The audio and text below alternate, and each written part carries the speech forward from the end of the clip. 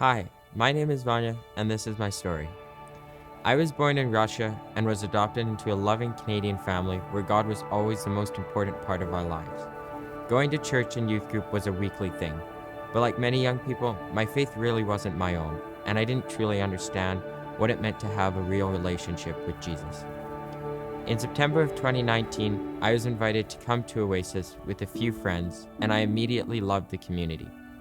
I started attending Inside Out at the time and have been going ever since. In grade 10, when I first came to Oasis, I felt pretty lost just overall in life.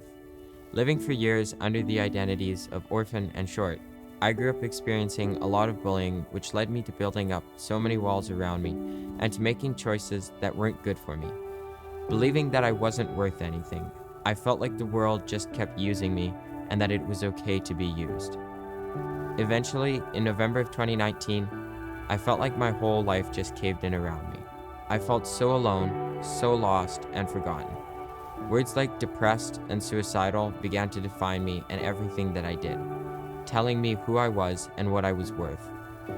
I gradually began to doubt that God loved me and had a plan for me. I could believe that Jesus had sacrificed his life for everyone else, but not for me, that I again wasn't worth it. For me, I never had the aha moment where my life did a 180 and everything was great again. But through many conversations, time, and people in my life, I started to see the true impact of Christ's love for me. He then started to become real to me, not just through the cross, but through the impact he had made through others in my life. God showed me that I was not defined by my life circumstances, my shortcomings, and my failures.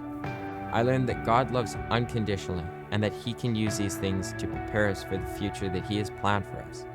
I understand now that I have so much to learn, but that no one is perfect. 2 Corinthians 12:9 tells us that God's grace is sufficient and his power is made perfect in weakness.